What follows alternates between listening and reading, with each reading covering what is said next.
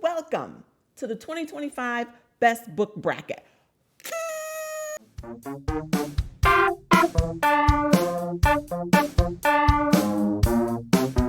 I am going to be deciding the best books of each month, and they are going to compete, and we will get a winner by the end of the year. But first, I have to be official. I'm very nervous about this because decisions are going to have to be made by me, and we're just going to do it. I have made this bracket all by myself. It took me a lot of work. I don't mind if you want to use it for your own bracket, but I just ask that you tag me. It's pretty self-explanatory. I just put a book that I think was my best read of each month, and then they compete, and then by the end of the year, there will be one winner. And the way that this particular bracket works is some months get a bye, and that's just how it is. I know there's others that don't do that, but whatever. Let's just get started. I'm very nervous, but my crown of power is going to see me through these tough decisions that I have to make. January, my favorite read is The Ashes and the Star-Cursed King, Crowns of Nyaxia, Book 2. Vampires, political intrigue, good series. February is Onyx Storm by Rebecca Yarros, the Empyrean Book 3. And the reason why it is February and not January is because I reread it in February and liked it much better the second time around. Dragons, Academia, Xaden. Good versus Evil, really good. March is Children of Blood and Bone. The Legacy of Orisha, Book 1. There's a group of people that had magic and the king took it, and their struggle with that. It's very emotional, but also interesting in the world building, and I really enjoyed it. It's going to be made into a movie, so that's pretty exciting. April was Sunrise on the Reaping by Suzanne Collins. Yes, ma'am, a Hunger Games book. It is a prequel, but I personally recommend that you read it last. I actually have a reading order on my profile somewhere if you're interested in that, but it is Haymitch's origin story. So we've got games and trials, and we are going back to see what things were like before the original trilogy. It is so good. It is heart-wrenching. It is perfection the way it is written with all the callbacks and the Easter eggs. I loved it. May, A Fate Inked in Blood by Danielle L. Jensen. It is book 1 of a duology, a saga of the unfated. It is Norse mythology. We've got Bjorn with his axe made of fire. Well, it's not made of fire, but it's an axe that has fire on it. We've got a bodyguard situation and Freya figuring out what her powers are. I really, really enjoyed both of them, and one just a little bit more than two. June goes to Blood Over Brighthaven by M.L. Wang. Oh my God, this book is amazing. Amazing. It is a standalone. So we are one and done, and there are no crumbs left at the end of this book. I don't cry in books because I just do not like to cry. I do not like to cry. So if I feel like I'm going to cry, I put the book down and I take a break and I come back. But I could not put this book down despite my eyes filling with water.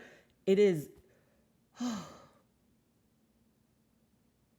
I felt so many things with this book. It's got a little bit of academia. Siona is the first woman high mage. It's got magic. The magic spells that they write are what power the whole city to run. It is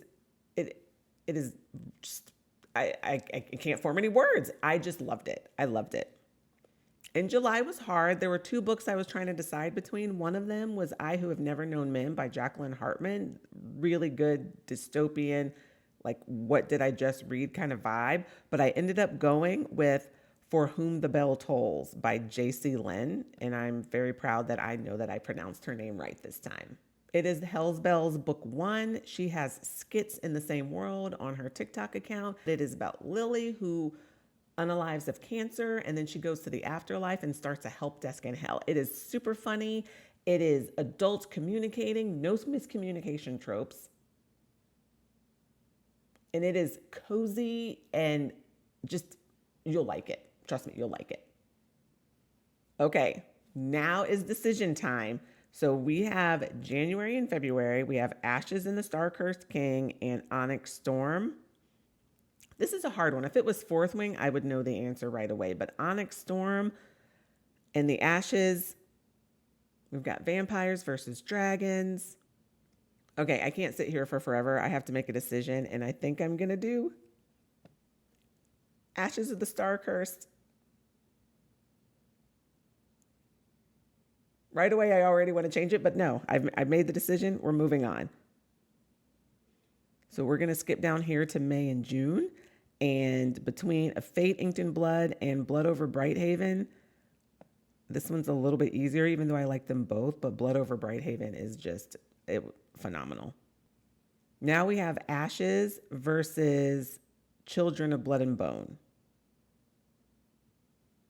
I think I'm going to go Children of Blood and Bone on that one.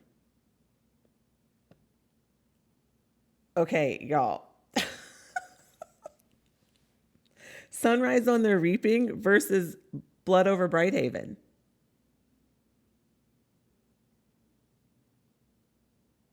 What?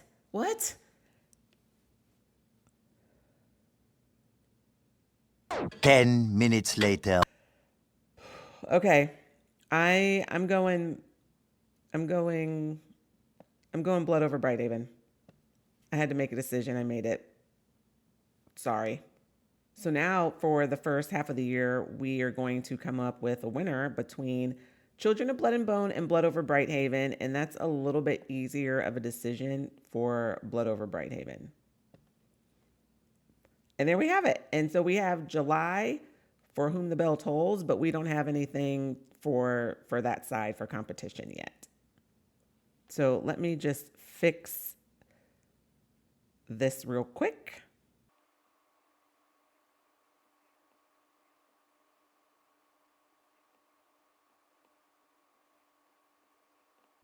All right, I just had to fix the colors of the borders a little bit so that it looks nice and pretty.